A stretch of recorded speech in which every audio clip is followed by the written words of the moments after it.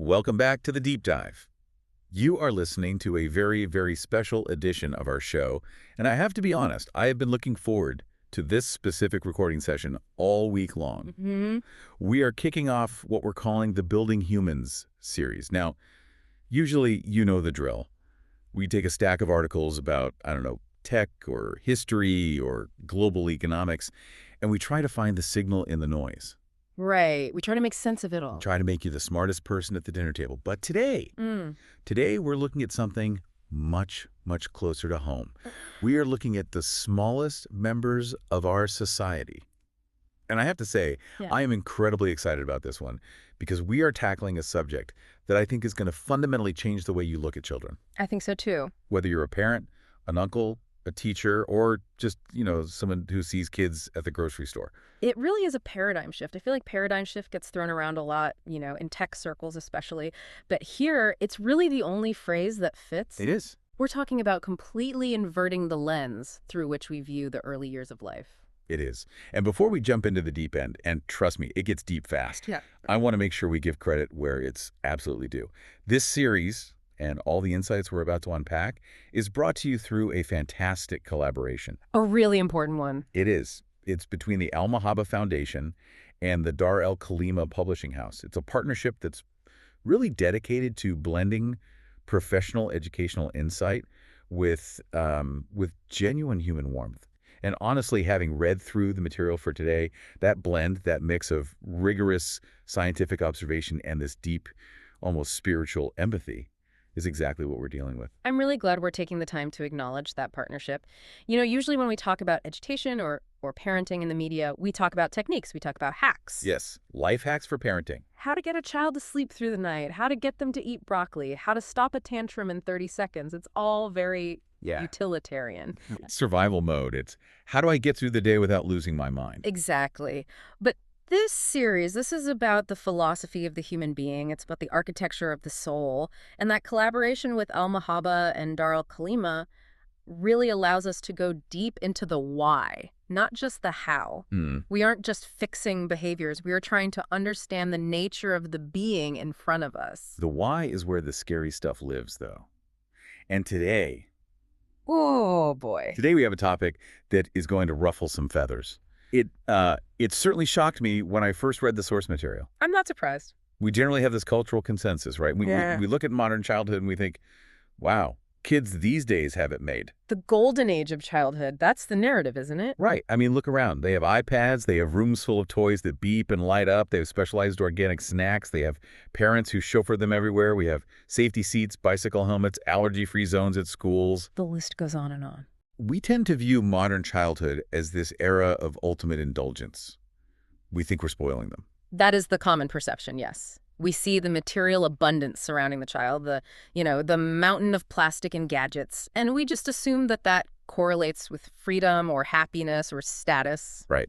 Stuff equals well-being. We equate stuff with well-being. Exactly. But then you open the primary source for today, and it's Maria Montessori's seminal work, The Secret of Childhood. And she just drops a hammer. I mean, a sledgehammer. She doesn't call the child privileged. She doesn't call them indulged. No. She uses terms that actually made me stop and clean my glasses to make sure I was reading it right. Yeah. She refers to the child as a pariah. And even more strikingly, she uses a term that feels like it belongs in a political manifesto from the 19th century. She calls the child a proletarian. It is a splash of cold water, isn't it? It just stops you in your tracks. It's more than cold water. It's shocking. A pariah implies a social outcast, someone untouchable, someone on the fringes of society who isn't allowed to participate. Right. Proletarian, I mean, that is old school Marxist terminology for a worker who owns nothing but their labor and has zero rights. So, okay, let's unpack this immediately. How can we possibly reconcile our love for our children, our beloved children, the center of our families, with these harsh, political, almost industrial terms? How is a child with a playroom full of Lego a proletarian? It is a provocative framing, I agree, but I think it's important to understand it's not hyperbole. Okay. Montessori isn't trying to be mean, she's trying to wake us up. She wants us to look past the stuff, the toys, the clothes, the treats, and look at the legal and social reality of the child's existence. The reality, not the perception. Exactly. If you strip away the affection we feel and you look strictly at the power dynamic, the child is indeed a class apart. So the mission of this deep dive really is to explore a very uncomfortable truth. That despite our overwhelming love, we often act as owners of our children rather than partners. And in doing so, we unwittingly oppress the child's spirit. Owners versus partners. That is a heavy, heavy distinction. It sounds almost criminal. It feels that way. And if we're honest, most of us fall into that owner category without even realizing it. I can see that. We need to look at the facts of the child's daily life, not through the lens of our intentions, because our intentions are usually good. We love them, we want them safe, but through the lens of the child's experience. How does it feel to be them? Okay, let's dive into that then. Section 1 here. Let's define this pariah status. When the source material calls the child a pariah or a member of the proletariat, what's the specific definition being used here? Because I assume we aren't talking about factory lines in the 1800s, or maybe we are. Metaphorically. In a structural way, we absolutely are. The definition of a proletarian in this context is a social class that owns nothing, not even their own time. Not even their own time. Wow. Think about how society is structured for adults. We have groups, we have unions, we have professional associations. If a group of adults feels marginalized, what do? They organize, Yeah. they protest, they lobby, they start a hashtag campaign on social media. Exactly. They fight for rights, for representation, for respect. They demand a seat at the table where decisions are being made. Right. We have democracy, we have town halls, we have HOA meetings. Even if the system is flawed, the mechanism for advocacy exists. We have the ability to say no. We have the ability to walk away, to quit the job. Correct. Now look at the child. They are the only social group in the entire human species that is completely and totally excluded from the planning of society. Well, when you put it that way, it's stark. They are even excluded from the planning of their own daily lives. They have no vote, no union, and no legal standing to protest the decisions made for them. We design cities for adults to drive in. We design houses for adults to live in. We design schedules for adult work lives. Yeah. And the child is just expected to fit in. Expected to fit in or simply dragged along. The source material uses a very powerful mental model here to explain the child's perspective. It asks us to imagine the child not as a family member, but as a guest. A guest, like a visitor. A specific kind of guest. Imagine you are a guest in a house built for giants. Okay, I'm picturing it. Everything is oversized. The scale is all wrong, like something out of a fairy tale. Everything. The chairs are so high your legs just dangle and go numb and you have to scramble and pull just to get onto the seat. The sinks are completely out of reach. You can't even wash your own hands without someone lifting you up, suspending you in the air like a puppet. That's a vulnerable position. Extremely. The doorknobs are impossible to turn because they are at the height of your head and require a grip strength you just don't possess. It sounds exhausting. Just navigating the room would be a workout. It's an obstacle course. It is. But the physical challenge is the least of it. The giants who live there, they love you, sure, but they don't really respect your autonomy. They pick you up and move you from room to room whenever they feel like it. That sounds incredibly disorienting. Just being swooped up into the air without warning. It gets worse. Imagine you're deep in thought. You're in a conversation with yourself, or you're reading a book, or maybe you're just looking out the window at a bird, trying to understand how it flies. You are concentrating. Okay, I'm in the zone. And suddenly a giant swoops down, grabs you, and says, "We're going to the store now." No warning. No, excuse me. No, are you ready? Just physical relocation. That sounds terrifying.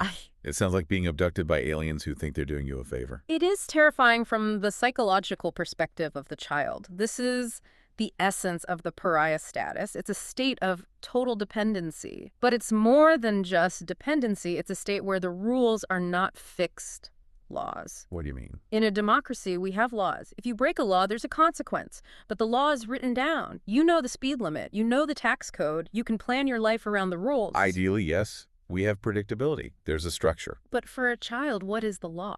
The law is whatever mom or dad says it is right now, in this exact moment. Exactly. The law is simply the whim of the adult.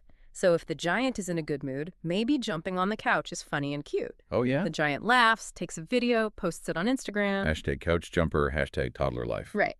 But if that same giant had a bad day at work or has a headache or just cleaned the upholstery, suddenly jumping on the couch is a high crime punishable by screaming or isolation in their room. That inconsistency drives me crazy as an adult. I can't imagine living under a regime like that. It's arbitrary power. You never know where you stand. Precisely.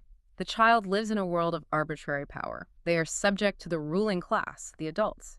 Mm. And because they cannot predict the rules, because they have no rights to their own space or their own time, they live in a low-level state of constant anxiety and oppression. Mm-hmm. That is why Montessori uses such charged language. She is highlighting this power imbalance that is so invisible to us because we are the ones holding all the power. We are the benign dictators. This is fascinating because it completely reframes the tantrums we see.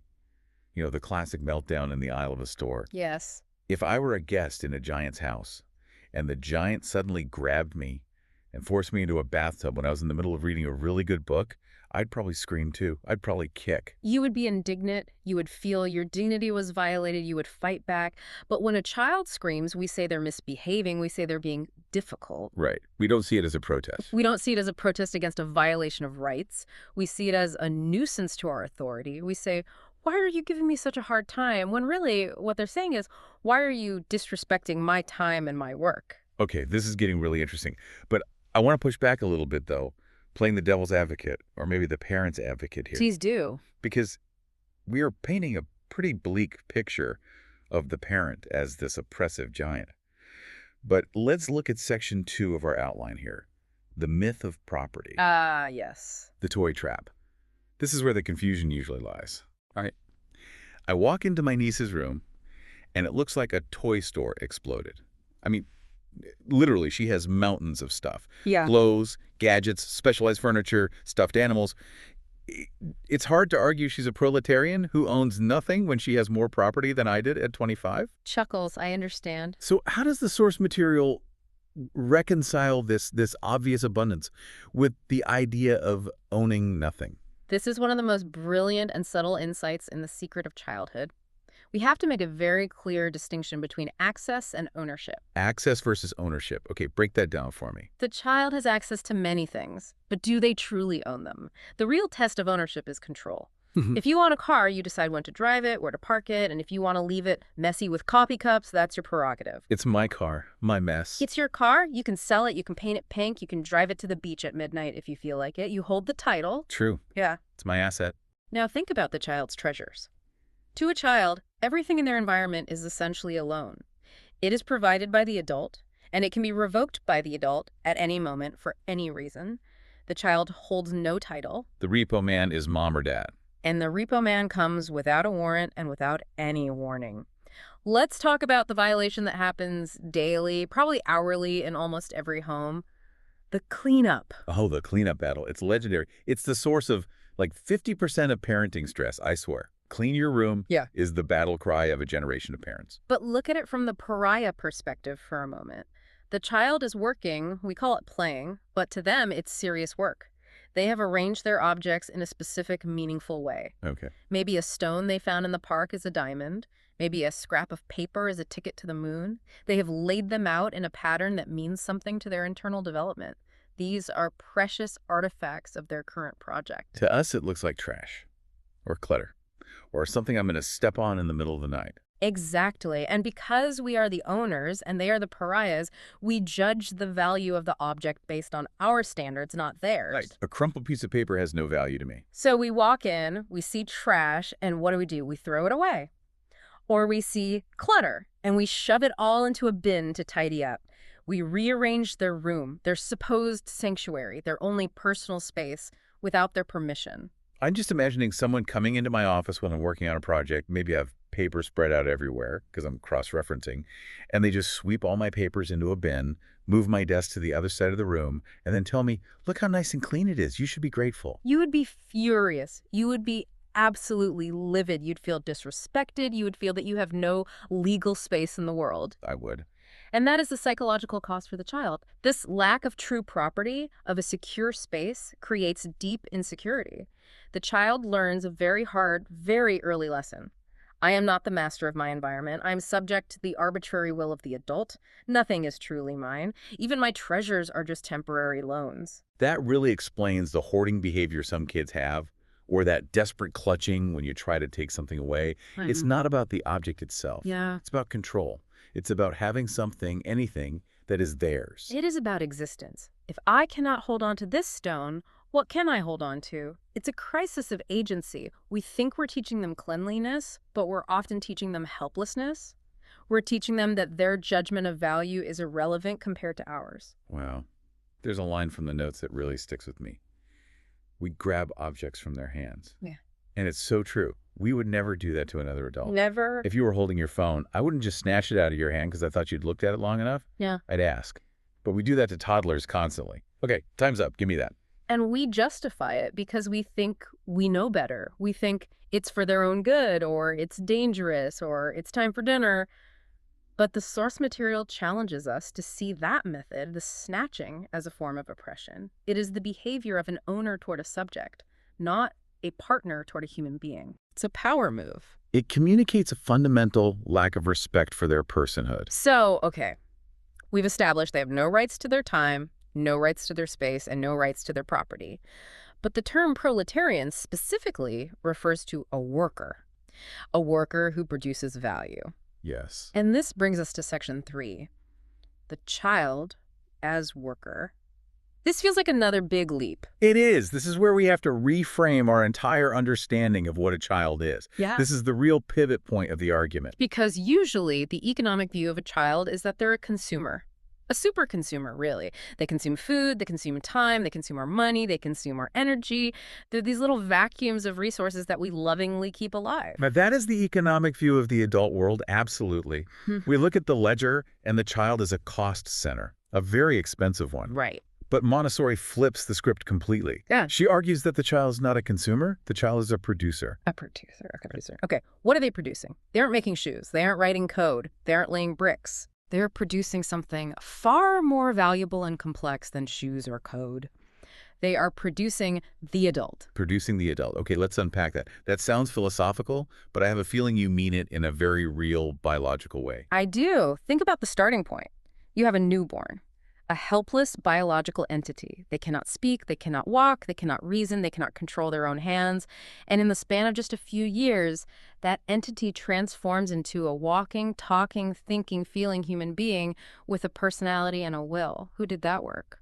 Well, you'd say nature did, the parents did, the environment. The parents provided the fuel, the food, the shelter, the love. They are the suppliers. Yeah. But the work of construction, the actual building, that was done by the child. The child is working 24 hours a day, 7 days a week. They are building the neurological pathways to understand language.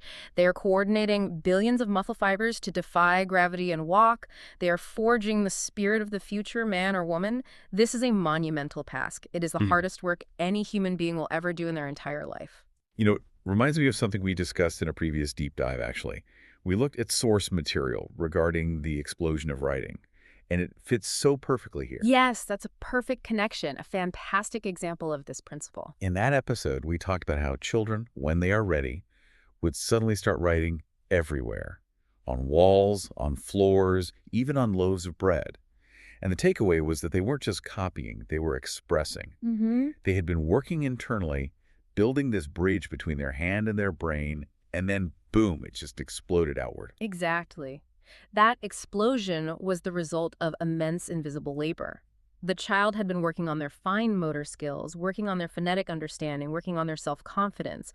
We didn't see it happening because it was internal. We didn't see the factory. We didn't see the factory, and because we didn't see it, we didn't value it until they wrote on the bread, and then the parents got mad. Right. The parents saw ruined bread. The child saw, I have created a voice. I have made my mark. This is the core of the conflict of labor. The child's work is invisible. It earns no money.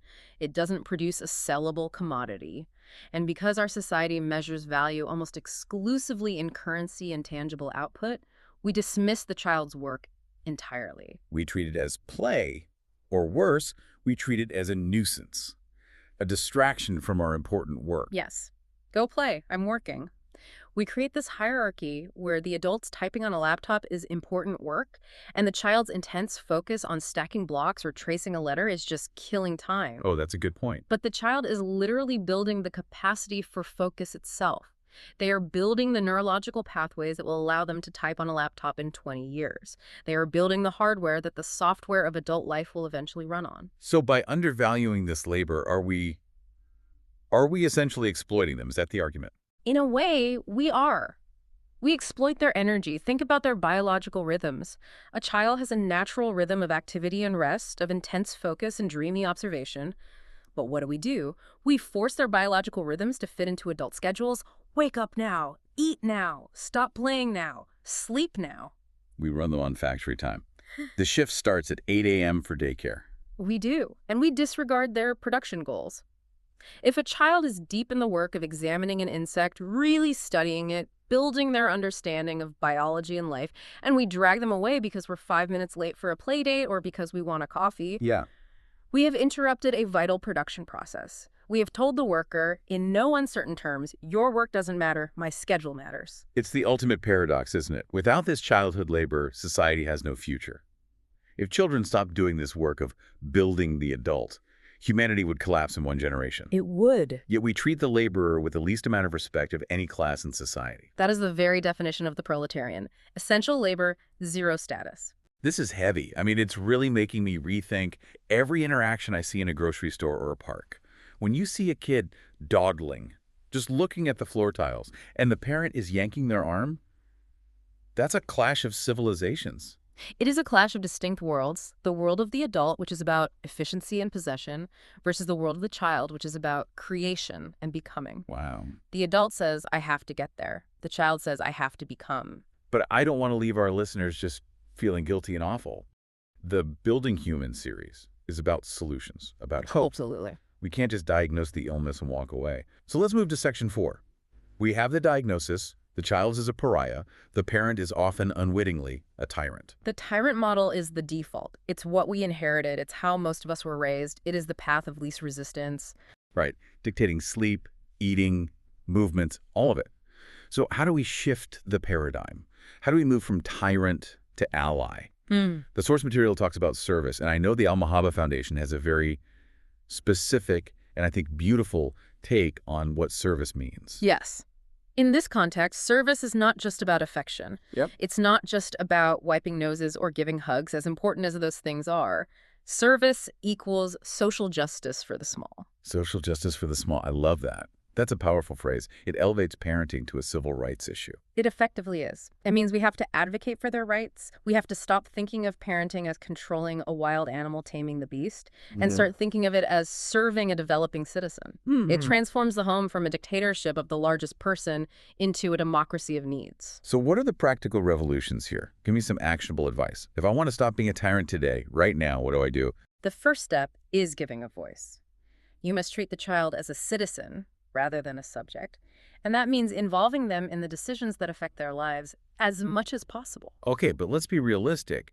I can't let my 3-year-old decide if we pay taxes or if we drive on the freeway. Of course not. That's not freedom. That's abandonment. That's neglect. But within the safety limits that you, the adult, must set, you offer real choices.